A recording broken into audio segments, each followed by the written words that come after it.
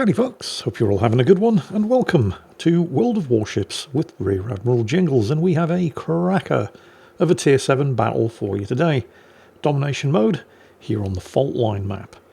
Today it's a double perspective video again, and I don't do these very often because they do take twice as long to edit. But you really do need to see this from the perspective of the two main protagonists, starting with Tomoyo Everything here in the Dutch Tier 7 cruiser, the Eendracht. He's the one who actually sent these in, and he actually plays, well, he plays on the EU server, but he's from the North American server. He just plays on the EU server because of the low player count on the North American server. He actually plays in an EU clan, and he is divisioned up with two other clanmates. One of them in the Helena, we will not be watching from his perspective. We'll save him his embarrassment because he doesn't have a particularly good game, and that's fine. We can't all be rock stars every time we load into battle. But we will be switching to the perspective of the other star of today's show, Starmadillo here in the Italian Tier 7 heavy cruiser, the Zara. So, as you probably guessed from the title and the video description, the theme of today's video is, sometimes, it doesn't matter whether or not you do everything right, you can lose anyway. I'd like you to hold on to that thought and don't skip to the end. Come on, what's wrong with you? Trust me, it's going to be worth the wait. Because today's battle is going to be another one of them there nail biters. Of course, not everybody's going to be doing everything right. I mean, of course not. It's online multiplayer. There's going to be lots of people doing everything wrong. Fortunately, today is one of those battles where two players in particular, both playing the same class of ship and both doing everything wrong, both get the kicking they so richly deserve. Don't worry, you'll know it when it happens, because I will take great pleasure in pointing it out.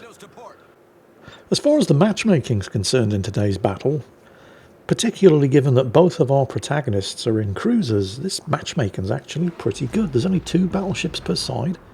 Admittedly, they are all extremely dangerous against cruisers. They're all Nagatos and a Scharnhorst. The Nagato in particular, with its 16-inch guns, very, very dangerous against cruisers, but the Scharnhorst isn't nothing. It may only be armed with 283 rather than 410mm guns, but they are vastly more accurate and the reload is a hell of a lot faster. But could be a lot worse. There's only 2 battleships per team. Both teams do have 4 destroyers, but they're going to be more of a threat to the battleships. And of course there's also a carrier in play on each team, but that's going to be more of an impediment to the destroyers. Speaking of destroyers, first blood to the friendly Kamikaze R, taking out the enemy Nicholas. This is actually going to be an extremely close battle, by the way, and you'll see what I mean before too long. At the moment, both teams have a single cap circle, except the enemy team have now just flipped the cap at Alpha, so they have that 1 cap advantage, but the difference in points is minimal. Oh, I just want to point out, right as the enemy team equalise the score, well, the kills at least, by sinking a friendly destroyer, the friendly Kamikaze R, who just got the first blood, over there at the far eastern end of the map, hovering around, in fact just vacating the cap circle at Charlie due to some enemy pressure from the south. He's been yelled at in chat to get back, to get out of cap circle Charlie. I'd like you to remember that and hold on to that thought. Meanwhile, over here at the western end of the map and cap circle Alpha, the friendly Sirocco has just nosed his way into cap circle Alpha and is currently flipping it. And he's not doing it unsupported. He's gotten spotted, of course, but he has at least managed to counter-spot the Hyder who detected him and is taking him under fire. He would be well advised to get the hell out of there, because the Hyder is an extremely dangerous destroyer. Of course, the Hyder's not exactly having a fun time either, because he's getting shot at by everybody the second he got spotted, but the Hyder has something that the Sirocco does not, a smoke screen. Actually, the Hyder has a crawling smoke. He's just going a little bit too fast to stay hidden, and there we go, he's slowed down to a quarter throttle. Sirocco's gotten his torpedoes away, but the Hyder also has an extremely good defensive hydro. It's only short range, but it has extremely long duration and a short cooldown, which makes it extremely difficult to torpedo a Hyder in its own smokescreen. But the Hyder has just taken too much damage, and it looked like he decided, I need to get out of here, got respotted, and Starmadillo in the Zara finished him off, putting the team ahead by 1 kill, but not for long, as the enemy Omaha finishes off the Sirocco, who stayed spotted by the hider just long enough for the enemy team to equalise the kills. So the kills are once again even. The cap situation, however, at the moment, neither team actually hold a cap circle. But that is about to change, with the enemy team about to capture Charlie, much to the upset of the friendly Stord, who's currently flipping the central cap at Bravo, yelling at everybody in chat to defend Charlie. I mean, it's a bit like shutting the barn door after the horse has already bolted, and he does kind of have a point, because there were a lot of friendly ships over there to the north of Charlie. Why they all abandoned it, I have no idea. But he's about to heap all of the blame on the shoulders of, remember, the kamikaze are, the one person over there who was defending Charlie and was being yelled at by the rest of the team to get the hell out of there. Like I said, theme of today's video, sometimes, even when you do everything right, you still get the blame for everything going wrong. Meanwhile, there's been another exchange of kills. Both teams have just shed a cruiser, with Tomoyo's team losing a Kitovsky, and the friendly Nagato over there, I think, sank the Omaha. So both teams have just lost tier 5 cruiser each. Honestly, tier 5 cruisers, I'm amazed that they've survived this long, well past the 5-minute point, without exploding violently, because that's just what tier 5 cruisers do. Oh, there goes the Stord. Okay, he's about to vent all over... There we go, what an idiot. In chat, he's talking about the friendly kamikaze. He's blaming him for the loss. I mean, it's been a couple of minutes now since the enemy team actually took the cap at Charlie, but he's now blaming the only surviving destroyer on the team for the loss of the cap at Charlie, when he was the only one on the team specifically told to get out of there. What can you do? Meanwhile, the team have just claimed their first cap circle at Alpha and equalised the kills, but they're still trailing by more than 100 points due to the enemy team holding on for Charlie for much longer. The kamikaze are, who, if you listen to his teammates, is apparently single-handedly responsible for the enemy team taking Charlie in the first place, is now doing what the person blaming him for the loss of Charlie tried and failed to do, and flipping the central cap at Bravo. But he's not doing it unopposed. It's kamikaze versus kamikaze, and Tomoyo would absolutely love to support him, but the enemy kamikaze's gone undetected, and if he sails around the corner of this island, he's going to be getting shot at by a Scharnhorst and a Gambia. Or is he?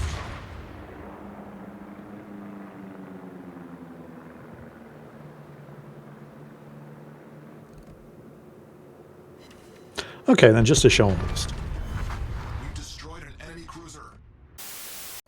Starmadillo's kill on the Crown Colony class light cruiser Gambia has put the team ahead on kills for the moment, and there is some severe pressure on the Scharnhorst over there, as Tomoyo drops an airstrike on him while remaining out of direct line and fire.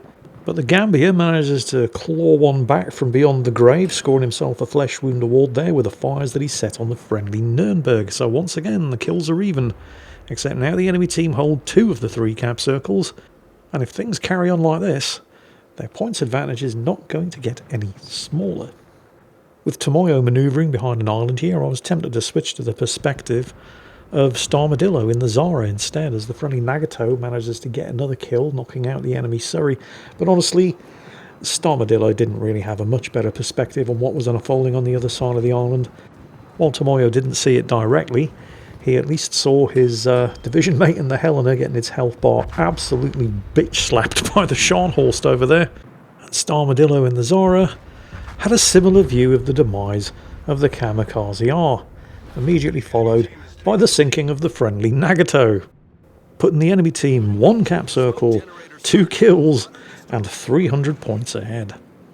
With most of his health intact, and while he is aware that there is a Scharnhorst on the other side of this island, Tomoyo is of course also aware that hiding behind islands isn't going to win them the game, and he does have Starmadillo coming in from the north, so he decides to make his move on the Scharnhorst. But he's spotted, which is of course the enemy Kamikaze R, so the Scharnhorst knows he's coming. And the Scharnhorst is in fact doing everything right. He's got the guns loaded with armour piercing. He's waiting exactly for Tomoyo to come around the corner, and then he gets nothing but over-penetrations anyway. But wait, it's a Scharnhorst. It has torpedoes. They only have a 6-kilometre range, but he is 100% close enough. Tomoyo knows this, of course, so he's running his hydro. There are the torpedoes. This poor Scharnhorst, he almost gets him. And ironically, it's with the shots that do not have a flat broadside to shoot at. The poor Scharnhorst did everything right, loses anyway. Well, I mean, I say loses. He's still 300 points a kill and a cap circle ahead, but, well, he's dead. Tomoyo, of course, remains spotted. It's the enemy kamikaze R. And now we get to the point in the video where another player is doing everything right, but is going to fail horribly, although through absolutely no fault of their own, while at the same time two other players, I mentioned this at the beginning of the battle, both playing the same class of ship, both doing absolutely everything wrong, and are both going to get the kicking they so richly deserve. And I am, of course, talking about the carrier players. Now, remember, if you can remember that far back, how long ago it was the enemy team took the cap circle at Charlie. Now look at the mini-map, and look at where the friendly carrier is, and look at all of those enemy ships heading north to get him. While you're looking at that, let's just switch to the perspective of Starmadillo, at the other end of the map. Hands up anybody who thinks they can guess where the enemy aircraft carrier is. It's like a mirror match. Both of these idiots are doing exactly the same thing, the wrong thing, just at different ends of the map. You couldn't make this shit up. In fact, they're not just both hiding behind what's essentially mirrored versions of the same island, just at different ends of the map. And while they both have left it far too late to get out of there, but they're also both facing the wrong way to get out of there. Although the enemy carrier, the Bern here, he is at least moving backwards. I wasn't even sure you could do that in a carrier. But clearly you can. I mean, I know you can if you take direct control, but you're not taking direct control if you're launching squadrons. I wasn't aware that the autopilot was able to actually do this, but well, you know, obviously it can. I don't think it's going to save him. Yeah. Starmadillo very wisely sticking to the semi-armor piercing, because it ain't going to over-penetrate the way armor piercing would, and prolong the inevitable. Although while he's chipping away at the enemy carrier's health, the team have just lost their ranger, because of course they have, but they've also lost their Nagato. So now the only two left alive are Starmadillo here in the Zara, and he should be fine. I mean, it's unlikely that the band's going to be able to kill him, even if he is definitely going to chip away at some more of his health, but it's only the band who's actually in a position to do anything about Starmadillo, because he's all the way down the southern end of the map. The same, however, cannot be said as Starmadillo finally sinks him, although he's going to have to undergo the gauntlet of the band's aircraft for a minute or two more. But the same cannot be said for Tomoyo, who has, remember, we did say that somebody, and it was the enemy Kamikaze R, was doing everything right, but was still going to fail miserably through no fault of his own, because that Kamikaze R has been making Tomoyo sweat the entire time that Starmadillo was chasing down and finishing off the enemy ban. By keeping him spotted, without getting detected in return, keeping him dodging his torpedoes, most of the time without the benefit of hydro, because it's been on cooldown, and waiting ever so patiently for the rest of his team to stop chasing after the Ranger and shoot Tomoyo instead, which of course not one of them bothered to do. Despite the fact that Tomoyo is flipping this central cap and chipping away at one of the enemy team's only advantages, leading to a situation where this poor Kamikaze, who has been doing everything right, now has to contest the cap circle by himself, while the rest of his team chase phantoms. The Kamikaze gets into the circle with 3 seconds to go, immediately smokes up. Note the enemy Nagato in the distance. 180 hit points. Hold on to that thought, it's going to be important. Now at this precise moment in the battle, again if you look at the minimap you'll see that Starmadillo in the Zara is still chasing down and sinking the enemy carrier, so he cannot be of any immediate assistance to Tomoyo. The Kamikaze, basically having to do it all himself, is doing an excellent job here of ducking and diving within his own smoke screen, making it extremely difficult for Tomoyo to accurately pinpoint the source of that 127mm gunfire and accurately blind fire his return shots. Also, he's waiting for Hydro to come off cooldown, so he's keeping this island between himself and the kamikaze, which does allow him to go undetected as he waits, and he's going to have to wait quite some time for Starmadillo to head up from the south and back him up. There goes some more kamikaze torpedoes.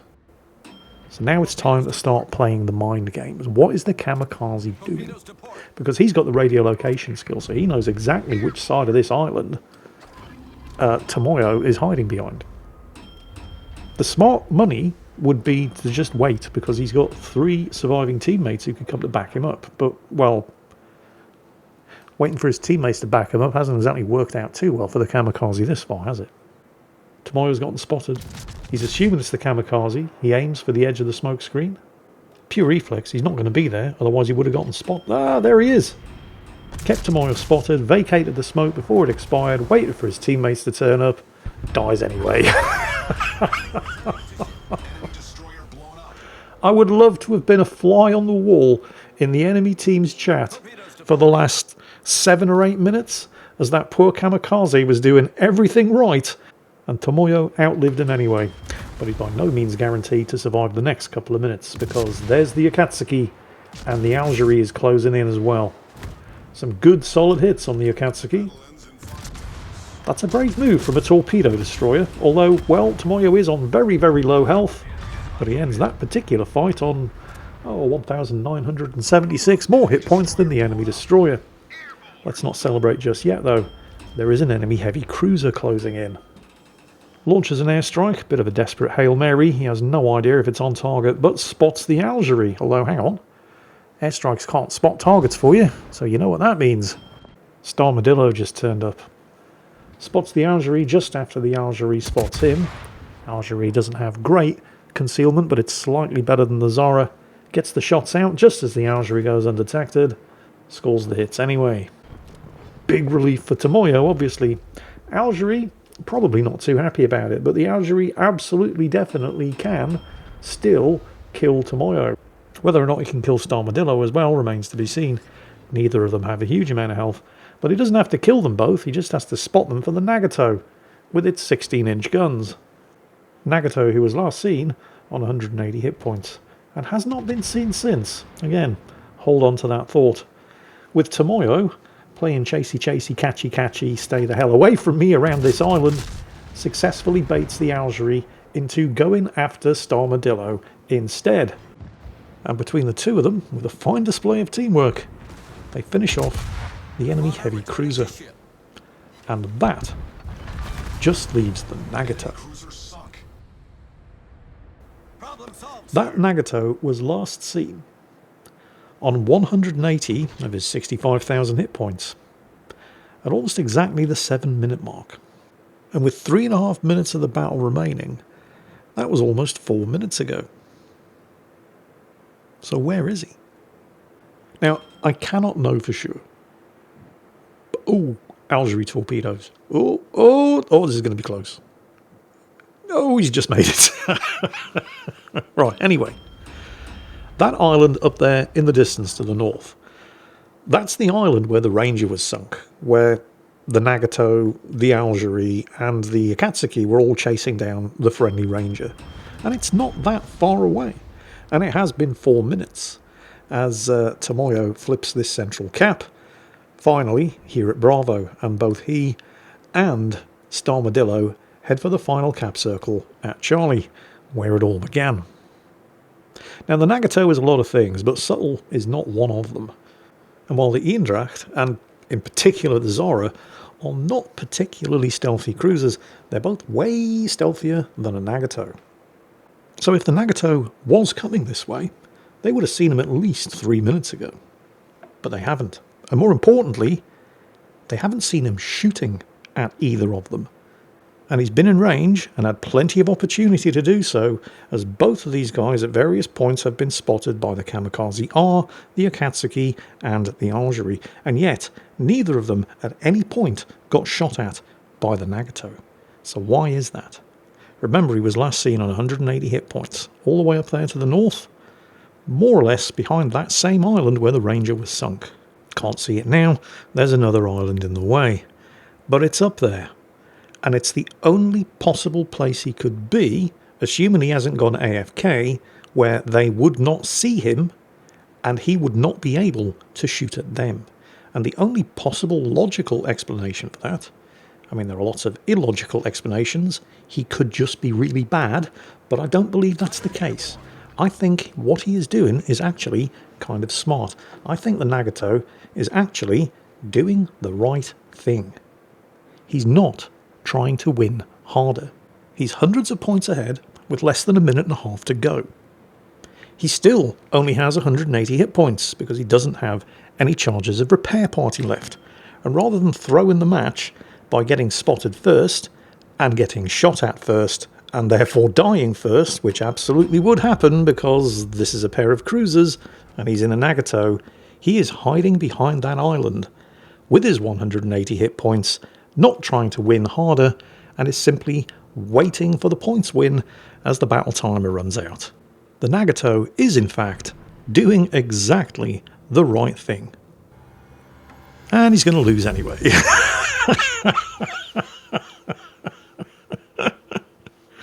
Which it turned out was a bit of a recurring theme in today's battle. And he only lost by 1 point. Well, it turns out he didn't actually do the right thing because he lost by 1 point. But there are different degrees of wrong thing. And chasing after a pair of cruisers who were going to spot you first when you only have 180 hit points would have definitely been a much more wrong thing. So, yeah, some days it just sucks to be you. But congratulations to both Tomoyo and, of course, Starmadillo for, well, holding your nerve, basically, and getting one hell of a close result. And I hope you all enjoyed watching it. Commiserations, of course, to the Nagato and the Kamikaze on the enemy team, but, well, we can't all be winners, even when we do everything right. As always, take care, and I'll catch you next time.